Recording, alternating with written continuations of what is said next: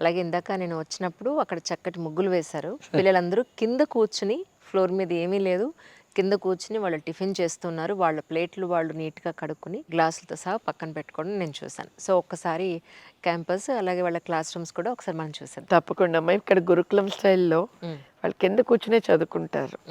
వాళ్ళు బెంచెస్ అవి ఉండవు. పడుకోవడానికి కూడా పక్కల కిందన వేసుకుని పడుకుని రాత్రులు పొద్దున్న తీసి పక్కన పెట్టేస్తారు. అంటే మోడర్న్ ఫెసిలిటీస్ ఇచ్చిన ట్రెడిషనల్ థింకింగ్ ఉండాలి అన్నది సౌండ్లాట్ చెప్తారు అనమాట. సో పిల్లలకి అన్ని రకాల అలవాట్లు చేయడం జరుగుతోంది. మాలలు కడతారు, దేవుడికి పూజలు వాళ్ళే చేసుకుంటారు. ఇవన్నీ క్లాసులో మీరు చూద్దరు. కానీ ఎక్కడైతే టీచర్స్ అవైలబిలిటీ లేదు, మేము ఆన్లైన్ టీచింగ్ కూడా మాకు ఉన్న ఫెసిలిటీ నుంచి తిరుపతి నుంచి ఇక్కడికి మేము ఇవ్వడం జరుగుతోంది. సో ఎక్కడ ఏ రకమైన లోటు లేకుండా మాత్రం క్యాంపస్కి ట్రై చేస్తున్నాం. వ్యూవర్స్ అనుకోవచ్చు, ఇంత ట్రెడిషనల్ విధానంలో వీళ్ళు చదువు నేర్పిస్తే పిల్లలు బాగా ఒక మూస పద్ధతిలో ఉంటారేమో, లేదు అని అంటే ప్రస్తుత ప్రపంచానికి వెనుకబడి ఉంటారేమో అని అనుకోవచ్చు. వాళ్ళు చక్కగా వెల్ ఎడ్యుకేటెడ్ ఉన్నారు, చక్కటి భాష మాట్లాడుతున్నారు. తెలుగు కాదు, ఇంగ్లీష్లో కూడా వాళ్ళు చాలా మంచి కమ్యూనికేషన్ స్కిల్స్ ఉన్నాయి. అండ్ మోర్ ఓవర్ ఇప్పుడు బయట ప్రపంచంతో కంపేర్ చేసుకుంటే వాళ్ళు అన్ని రకాలుగాను బెటర్గా ఉన్నారన్న విషయం నాకు ఇందాక వాళ్ళతో మాట్లాడినప్పుడు నాకు అర్థమైంది. ముందైతే మనం తప్పకుండా ఒకసారి ఇంకొకటి ఇక్కడ నాకు చెప్పడానికి అంటే అనుకుంటారు కదా, ఇప్పుడు పర్టికులర్ గా ఒక కమ్యూనిటీ అని అంటే వీళ్ళకి కొన్ని చేదస్తాలు ఉంటాయి, వీళ్ళు ఇలాగే ఉంటారు అనేది. ఇక్కడ ఒక్కటి నేను మెన్షన్ చేయాలనుకుంటున్నది ఏంటి అంటే, మామూలుగా బయట కాలేజ్లో చదివితే బీకామ్ చదివితే వాళ్ళకి ఏం సర్టిఫికేట్లు వస్తాయి? బీకామ్ ఒక్కటి వస్తుంది. మా అయితే ఇంట్లో సంగీతం నేర్చుకుంటే సంగీతం నేర్చుకుంటారు. ఇక్కడ చదివే పిల్లలకి బీకామ్తో పాటు బిఏ సంస్కృతికి ఎన్రోల్మెంట్కి ఛాన్స్ ఉంది. వాళ్ళు అది రావచ్చు. ఇది యోగా డిప్లొమా ఇన్ యోగా కూడా పద్మావతి మహిళా యూనివర్సిటీలో జాయిన్ చేస్తాము, అది వస్తుంది వాళ్ళకి.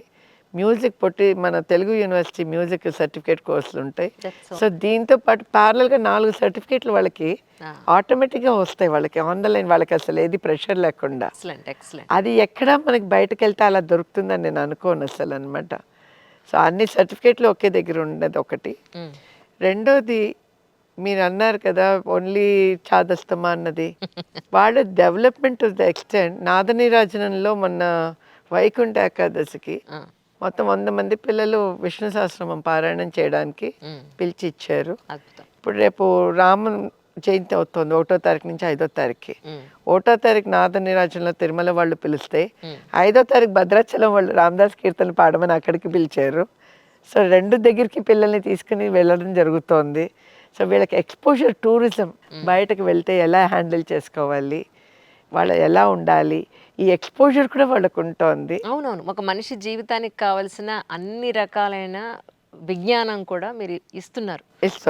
ఇప్పుడు బయట చదివే పిల్లలకంతా బుక్ నాలెడ్జ్ తప్ప ప్రాక్టికల్ నాలెడ్జ్ ఎక్కడ లేదండి. ఇక్కడ ప్రాక్టికల్ నాలెడ్జ్ ఉంటుంది. మొన్న ఈ మధ్యన కేరళలో సహస్ర సుహాసిని పూజ అని చేయించారు సోన్లారు, 1000 మంది సుహాసినులకి. ఆ పూజకి తిరుపతి నుంచి ఒక 50 మంది, కంచి నుంచి 50 మంది, 100 మంది పిల్లల్ని తీసుకెళ్ళి ఈ 1000 మందికి పసుపు రాయడం, పారాయణలు రాయడం, వాళ్ళకి చీరలు, మడి చీరలు కొంతమంది కట్టుకోవడం రాకపోతే ఈ పిల్లలు వాళ్ళకి కట్టి మడత పెట్టి వాళ్ళకి వడ్డన చేసి, వాళ్ళకి వడ్డన పద్ధతిగా వడ్డన చేసి వాళ్ళకి తాంబూలాలు ఇచ్చి అన్నీ వీళ్ళ చేత చేయించేసరికి ఇప్పుడు నాకు ఫోన్లు అక్కడి నుంచి వస్తున్నాయి, అందులో పిల్లలు ఎవరైనా పెళ్ళిళ్ళకున్నారా మాకు ఇస్తారా అంటున్నారు. ఇక అంతకు మించి ఇంకేం కావాలి చెప్పండి, వాళ్ళ ఇంటిని వాళ్ళు రేపు చక్కగా దిద్దుకోగలుగుతారు. ఖచ్చితంగా చాలా చాలా సంతోషంగా. థ్యాంక్ యూ అమ్మా. క్యాంపస్ చూద్దాం, క్యాంపస్ చూద్దాము, పిల్లలతో కూడా మీరు కావాలంటే అడగచ్చు. తప్పకుండా. చాలా థ్యాంక్స్.